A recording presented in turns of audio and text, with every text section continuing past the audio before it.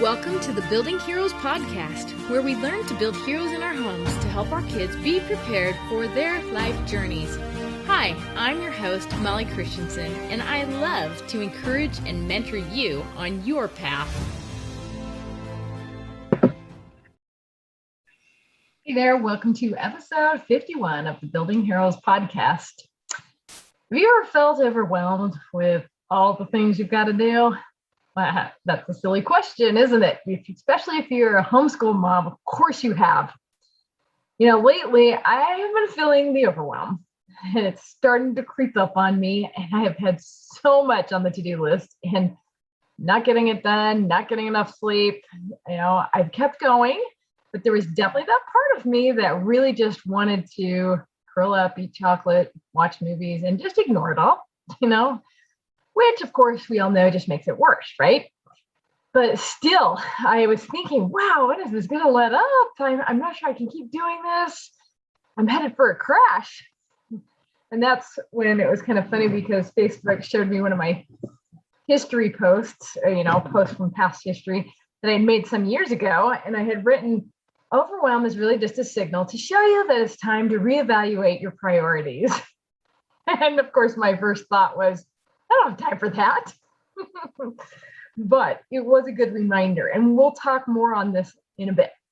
But what I really wanted to address in this podcast was a post from a overwhelmed homeschool mom on Facebook. And this is what she said. She said, all right, I need all your best, do it all, tips and tricks. I'm falling behind, and I'm not managing to get school and cleaning done, and it's showing. You don't have the option to have help come in. And right now the family's not on board. And so I just don't see that. I don't see that changing anytime soon. Now, I'm absolutely sure that she is not the only one feeling like this right about now. We feel like we're falling behind and things are just not going as planned. What I want us all to remember is that you're not behind because it's not a race. But I know it can feel that way, and it can feel like things are falling apart. But I do want you to remember, this is not a race. This is a journey. Now, we have all these grand plans and ideas, but I think what most of us don't really realize is that it is really, really hard to implement new ideas and habits. I said she's probably not the only one feeling like this right about now for a reason, because this is so very normal for a homeschool mom in October. You want to know why? Of course you do, right? It's because you wanted to create a whole new plan for your school year. Even if it was a reasonable plan, you made a plan and things are changing, right? You were motivated, you were excited about your new system, your new plans, right? And for that, I really do want to applaud you, because it means that you have these good desires in your heart. You wanted to make things better. You want to make a change. Here's the problem. It's change, and change is hard because it's uncomfortable. You were very comfortable with your life before, you were getting by, and then when you introduce this new routine, your brain goes a little crazy. Your brain's kind of like, wait, what? You're changing things up on me? My job is to keep you comfortable. This is not comfortable. You can't do this. You're falling behind. You're messing up. And then you start to let things go and you actually sabotage yourself. You don't even know it, and then you give up. Okay. What no one ever teaches is that change is really, really hard. And that when you try to change things, you're not going to be good at it first. That's just how it is. And so that just feels wrong to your brain because you're not good at it. And so your brain starts telling you what a mess you are because it wants you to go back to how you were because that's more comfortable. And then what your brain also does is it will start look for evidence that it's right. And it will look around and it will say, oh my gosh, your house is a mess. Your kids are still in their pajamas. Your kids aren't listening to you. They're not learning. Oh, there's this mess, that mess, this mess, and they're just getting worse. You're falling behind. You can't do this. Just give up. You know what? Still talking for your brain. You've been working so hard. You should just quit. You should go scroll on Facebook. Those dishes can wait. Eat some chocolate. That's kind of how it goes in our brains. I mean, maybe not those exact things, but kind of like that. And then when you listen to your brain, when it tells you to give up and stop trying, then you feel worse. You feel like a mess. You feel like you're a terrible person. Everybody else has those cool, nicely decorated Pinterest homes. And you feel like you might as well give up. You want help, but you don't even know what to ask or what to do to get it because you're too overwhelmed. And really, sometimes you just don't want to ask for help because you think you should be able to do this. So what do we do instead? What do we do when that overwhelm hits? Because that overwhelm is hard because it's overwhelming, right? So I think what we have to do is reframe this and think about it a little bit differently, because we feel like we're falling behind when we don't feel like we're making progress. You see how that works? I'm falling behind because I'm not making progress. Okay, it's not a race, but we love to feel like we're making progress. So when we're implementing a new plan or new habits in our life, we're changing things up, we're typically not going to feel like we're making any progress at first, because we're not, because it always takes longer than you think, and it always doesn't work as well as you would hope, and it doesn't feel like progress, and that's why we feel like we're falling behind. And then that's when our brains kick in and tell us, oh, you're overwhelmed, you're falling behind, you can't do this, you're a mess, right? So when people get overwhelmed and they don't have time to do it all, I find that we have certain reactions to this, okay? So when we get overwhelmed, we do start getting these negative voices going on in our heads, and but we don't really realize it. And those voices are what cause us to react in one of these ways. So this is what I've noticed. I've got, I think, 4 of them here.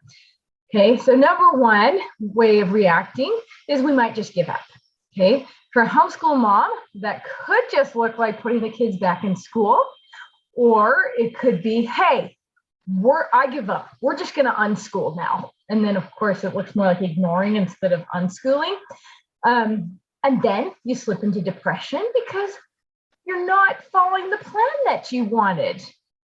You're not doing what you wanted to do. Or number 2, we start trying to control everything. Okay, we turn into this nagging drill sergeant who's getting on everybody and everything to make them do what we want them to do because nothing's getting done. And so that's the only thing we can see is to make people do it, right? And then we slip into depression because we don't want to be that kind of person who's always nagging and making people do things. Or number 3, we'll blame. Okay, we'll look at our life and we'll start blaming all of our circumstances and other people. We'll focus in on where everything is lacking, and we'll say, well, if only I had more money, or if I had help, or if I had support, then life would be so much better. And then you slip into depression because you're focusing on everything that you don't have. You're focusing on your miserable life. That's no fun either. Okay, or number 4, we keep going and going and going until we completely and utterly crash. And we're basically trying to do everything ourselves because no one else is going to do it, so I have to. And we become a mother martyr. Okay, and we literally nearly kill ourselves off trying to do it all. And then when you crash, you probably slip into depression too because you crashed. You should have been stronger than that. All right, so that's 4 reactions to overwhelm that typically happen in people's lives when they get overwhelmed. And if you notice those in yourself, that's okay. And the good news is you're noticing it. So that means you're empowered because now you can do something else. We can be more proactive about overwhelm. I mean, motherhood is really, really hard. And adding in homeschool makes it harder. And there's so much to do. And it's rough. I see so many moms get super overwhelmed. And I am seriously worried about the number of moms out there who are just stuck in this overwhelmed trap. They have these good desires. They want to do these good things, but they can't seem to figure out how to make it all work together. And they get overwhelmed, and then they are depressed because they're not being the kind of mom that they want to be. And it feels lousy because you feel stuck. I've been there, I know, but there is a way out. There is, which is great news, right? Okay. The reactionary methods that we use that we don't even realize we're doing to overwhelm leads to beating yourself up and getting depressed. And no one wants to be a mom like that. Okay. So, I mean, mom overwhelm is a real thing for sure. But there's got to be better ways, instead of just sitting it, right? A lot of people will give you tips like, oh, delegate this, or take things off your list, or hire somebody, get help, and those are things that can help, but I don't think it's getting to the root of the problem, because quite frankly, you can't always delegate everything either, The root of the problem, as I see it, is that you're too hard on yourself. And you're like, no, I have to be hard on myself or I'm not going to get it all done. No, you are. Because you have this expectation that everything has to be happening right now. Now, you may think that you don't. I'm pretty sure you probably do. Okay, and I'll tell you why. The reason why is you're trying to implement all your good ideas right now, and you're convinced that everything you currently have should stay the same. And then you're going to implement all your new ideas, and they're all going to happen right now. Okay. But that's not how it works. And they're not all going to happen now because they're new. And because you're implementing new things, and because it's not all going as smoothly as you thought, other things are going to fall by the wayside. That's just how it has to be. Okay. So when you go around and look at your house and you think, I'm a mess, we got to change that and say, no, I am learning to change and implement something new here. And some things I'm just going to have to let go for now, and it's okay. Okay. Now, there is this super cool video on YouTube, and it's called something like Amazing Resonance Experiment. I mean, you can search for that, or search for salt table experiment, something like that. But I think this actually can provide you a really good visual of what I'm talking about here, okay? So what this video does, it shows this experiment where there's this vibration table. And the experimenter sprinkles some salt on the table and then turns the frequency on so that the table will vibrate, okay? The salt starts shaking and it moves into this really cool geometric pattern from the vibration on the table.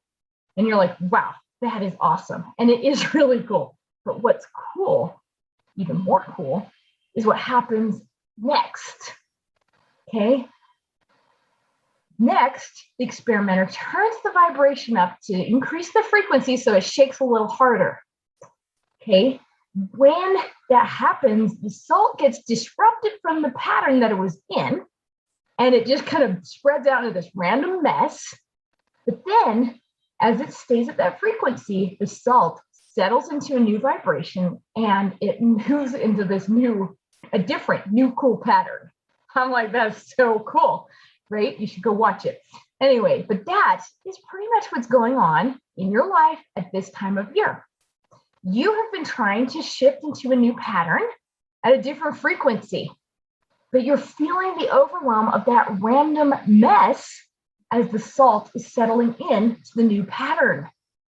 Whoa, okay, if you keep going, it's going to settle into that new pattern. Okay, now that's a cool example, and unfortunately our lives are not quite as simple as salt, right? But the pattern is still there. The thing is, you might stay in that random mess of salt, that random chaos of overwhelm, right? If you don't realize that the overwhelm is the opportunity to prioritize your life, okay? Which I mentioned earlier that Facebook had reminded me I said that. So back to the salt table, okay? I've also noticed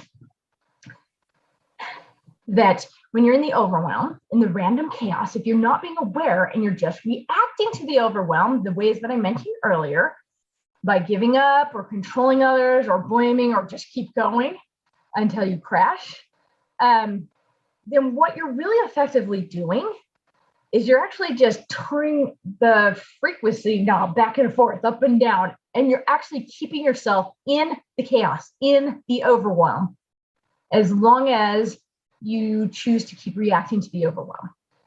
Okay? Isn't that a crazy visual? Now, in order to get through the overwhelm, you have to choose what frequency you want next. You have to choose the priorities you want. And in fact, you probably already chose the priorities when you first made your original plan, right?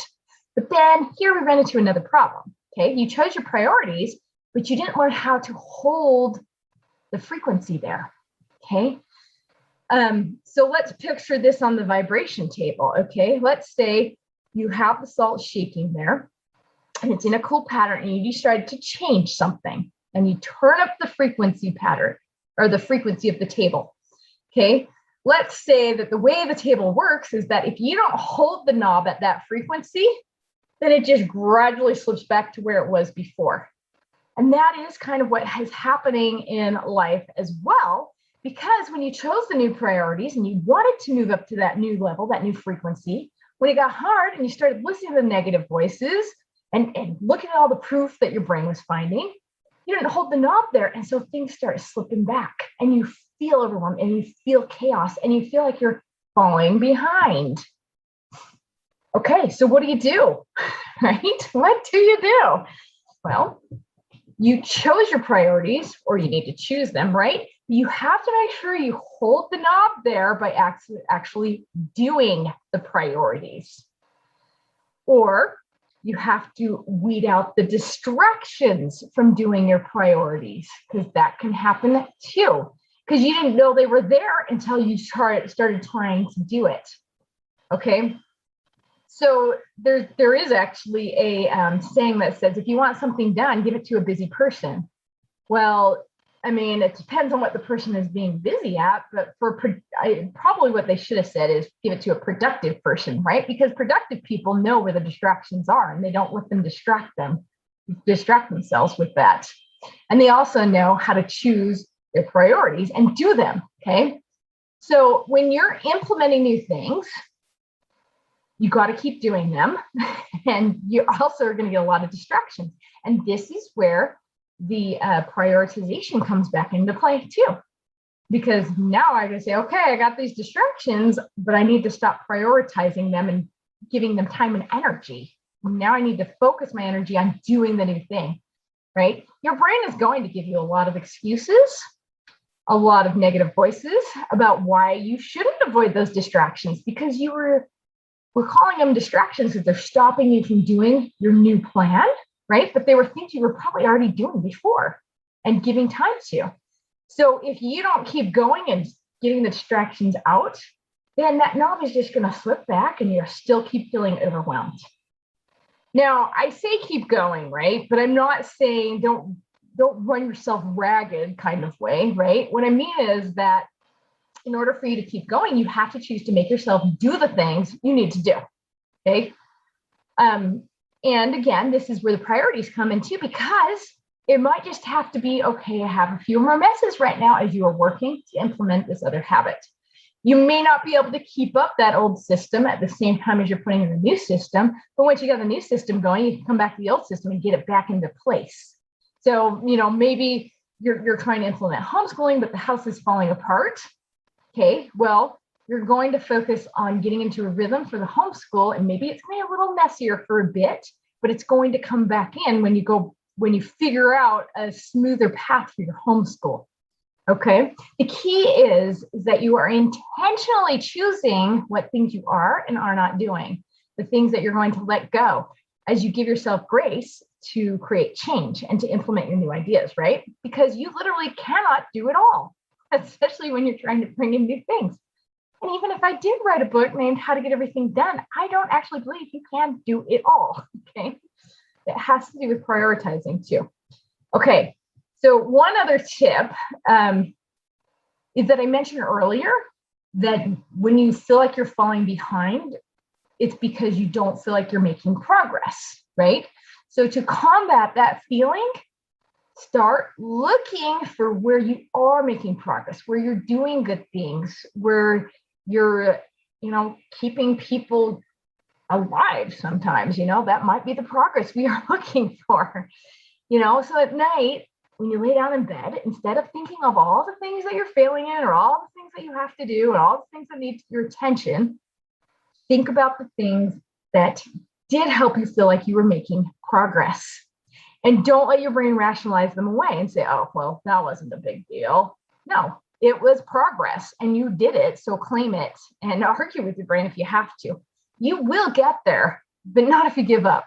Okay. It is a battle in your brain to implement the changes and keep going and not feeling like you're falling behind. Okay. If you can feel like you're making progress, then you're going to feel so much better. And I'm also really glad that this mom posted this on the Facebook post because she was asking for help. And it is okay to ask for questions. It's okay to ask for help. And sometimes it can make all the difference in how you're living your life, right? So for me, I told you I'd been feeling the overwhelm too. And it was actually kind of interesting because I didn't even realize I was feeling overwhelmed. I mean, I knew I was busy, but all of a sudden I was like, whoa, I think I'm getting to feeling overwhelmed almost here, and I hadn't felt that way for a long time. So it was really good for me to recognize that, because once you recognize it, then you can do something about it, right? You don't have to react.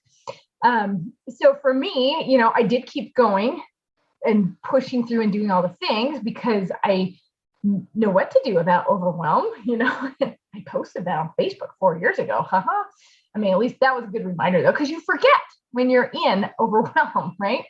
So I intentionally, once I recognized that I was getting into overwhelm, then I could be more intentional about what I was choosing, and I could ask for more help. I could do those other tips.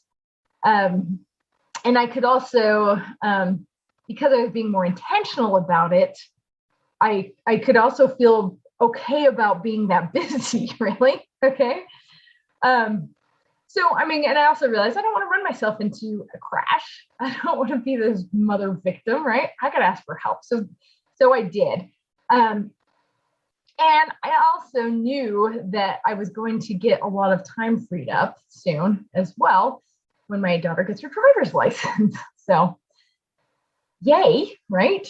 Anyway, I do know what it feels like, though, to be stuck in that overwhelm and feeling like you can never get out of it, because you keep trying things, but then because of the chaos factor in between, you have a hard time holding it there until things shift into the next level and that you got your habit established.